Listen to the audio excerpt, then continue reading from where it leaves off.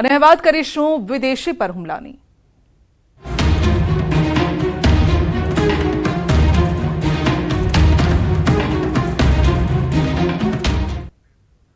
વડોદરાના વાઘોડિયા તાલુકાના લીમડા ગામની આ ઘટના છે। તળાવ કિનારે ફરવા ગયેલા 4 વિદેશી વિદ્યાર્થીઓ પર જીવલેણ હુમલો થયો છે।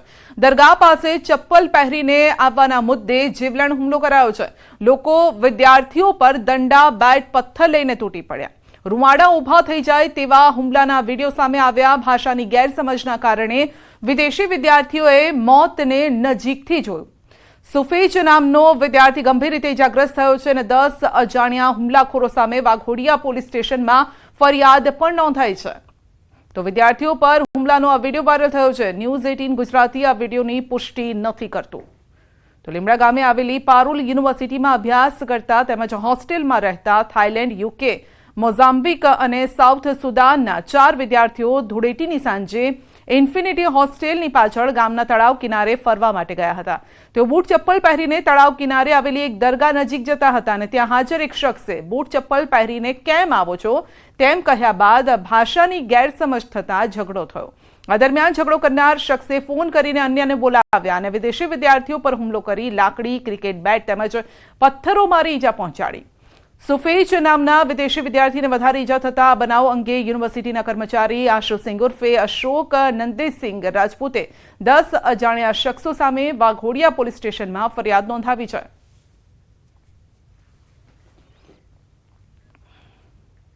સુરતમાં બીઆરટીએસ બસનું વિસ્તરણ બંધ થયું છે। હવે નહીં બને બીઆરટીએસના નવા કોરિડોર। શહેરમાં મોટાભાગના રસ્તાઓ પહોળા હોવાથી નિર્ણય લેવાયો છે। બીઆરટીએસ વિભાગના અધિકારીનું નિવેદન છે કે સુરત શહેરમાં દેશનો સૌથી લાંબો 110 કિલોમીટરનો બીઆરટીએસ કોરિડોર। હાલ સુરતમાં 450 જેટલી ઇલેક્ટ્રિક બસ પણ સક્રિય છે।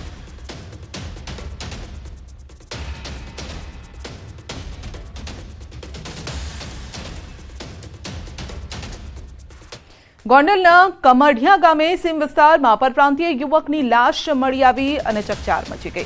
કમઢિયાથી દેડી ગામ તરફ જતા ખેતરમાં 30 વર્ષીય યુવકની લાશ મળી છે। 5 દિવસ પહેલા યુવક જમીન વાવેતર માટે આવ્યો હતો। બંસી નામના યુવકનો મૃતદેહ ખેતરમાં ખોદેલ મકાનના પાયામાં મળી આવ્યો છે અને જ્યારે રોડ કાંઠે ખેતરમાં ગોદડું, લોહીના ડાઘવાળા પથ્થર, બાઇક મળી આવ્યું છે। સુલતાનપુર પોલીસે સમગ્ર મામલે તપાસ પણ હાથ ધરી છે। વધુ અપડેટ મેળવીશું સંવાદદાતા મુનાફ પાસેથી। જી મુનાફ, લાશ મળી આવી છે તે અંગે શું ખુલાસો થઈ રહ્યો છે? તો રોડ કાંઠે મળ્યો છે લોહીના ડાઘવાળો પથ્થર। અજાણ્યા વ્યક્તિની હત્યાનું અનુમાન છે। જમીન વાવેતર માટે આવ્યો હતો યુવક અને ત્યાં તેની લાશ મળી આવી છે। ખેતરમાં પરપ્રાંતીય યુવકની લાશ મળી આવી છે, જે મામલે હવે તપાસનો ધમધમાટ થઈ રહ્યો છે। તો ખેતરમાં ખોદેલ મકાનના પાયામાં લાશ મળી આવી છે। તો પથ્થરના ઘા મારીને યુવકની હત્યા કરાઈ હોય તે પ્રકારનું અનુમાન છે, કારણ કે પથ્થર ઉપર લોહીના ડાઘ છે। રાજકોટના વડાળી ગામે ખેલાયો ખૂની ખેલ। મોબાઈલમાં સ્ટેટસ રાખવા બાબતે યુવકની હત્યા। 32 વર્ષીય યુવકની છરીના ઘા ઝીંકીને હત્યા કરાઈ છે। મોબાઈલમાં સ્ટેટસ મૂકવા બાબતે થઈ હતી બોલાચાલી। આજી ડેમ પોલીસ સ્ટેશન ખાતે અજય મુછડિયા વિરુદ્ધ ફરિયાદ નોંધાઈ।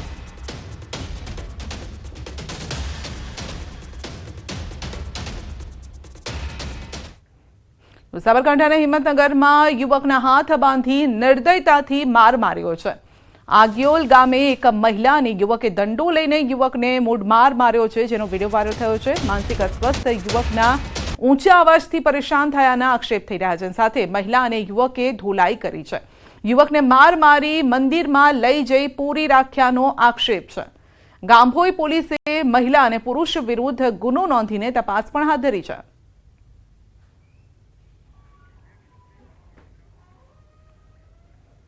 તો ગુમ થયેલા શાળા બનેવીના મૃતદેહ મળ્યા છે। વડોદરાના કરજણ વિસ્તારની આ ઘટના છે। બંનેના ખેતરમાંથી મૃતદેહ મળતા ખળભળાટ મચી ગયો। ધૂળેટીના દિવસે થયા હતા બંને ગુમ। ડ્રોનની મદદથી ખેતરમાંથી પોલીસે મૃતદેહ શોધી કાઢ્યા છે। ત્યારે હાલ તો સમગ્ર મામલે તપાસ હાથ ધરાઈ છે। મૃતદેહ અંગે તપાસમાં મોટા ખુલાસા પણ થઈ શકે છે।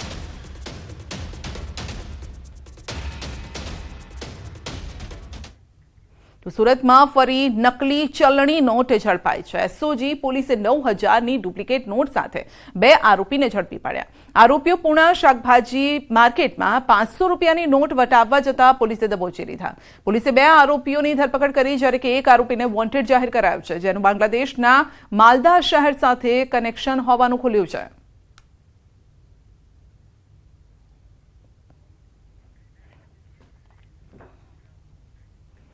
ભરૂચમાં ભાજપના કાઉન્સિલરનું મોત થયું છે. રાત્રિ દરમિયાન મકાનની છત પડવાથી મોત નીપજ્યું છે. વોર્ડ નંબર 6ના કાઉન્સિલર હતા વિશાલ વસાવા. મકાનની છત ધરાશાયી થતા ગંભીર ઇજા થઈ છે. ગંભીર ઇજાના પગલે કાઉન્સિલરનું મોત થયું છે. તો વિશાલ વસાવાના પત્ની હાલ સારવાર હેઠળ છે.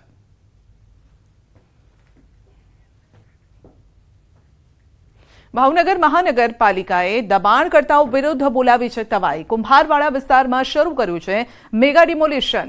ઘડેચી શુદ્ધિકરણ પ્રોજેક્ટને અડચણરૂપ 811 જેટલા આવાસો તોડવાની કામગીરી કરાઈ છે.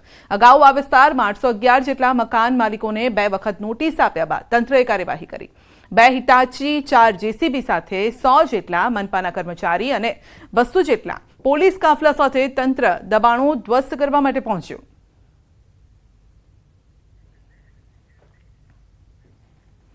જૂનાગઢમાં હવે તસ્કરોના નિશાન પર મંદિરો આવ્યા છે. દાતાર રોડ પર આવેલા મામાદેવના મંદિરમાં ચોરી કરી છે અને તસ્કરો ફરાર થઈ ગયા. મંદિરમાંથી 6,000 રોકડ તેમજ પિત્તળના હારની ચોરી કરી છે.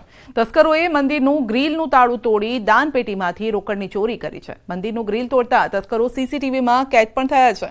પોલીસે આ સીસીટીવીના આધારે તસ્કરોનું પગેરું મેળવવા માટે તપાસ હાથ ધરી.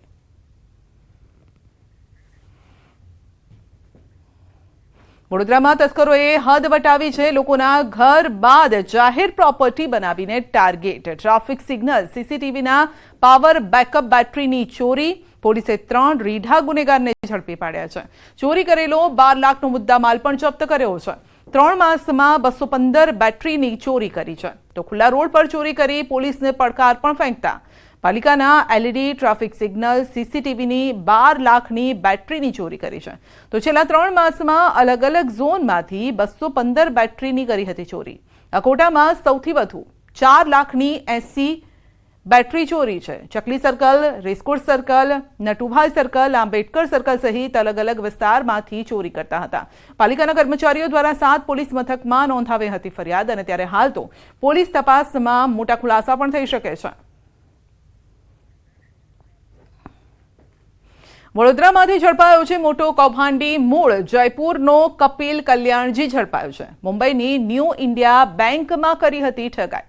આરોપી મેનેજરે 122 કરોડનું કર્યું હતું કૌભાંડ અને વડોદરા ક્રાઇમ બ્રાન્ચે આરોપીને દબોચ્યો છે. આરોપીને મુંબઈની દહીસર પોલીસને સોંપાયો છે. આરબીઆઈની તપાસમાં ઉચાપતની વિગતો બહાર આવતા ગુનો પણ નોંધાયો છે.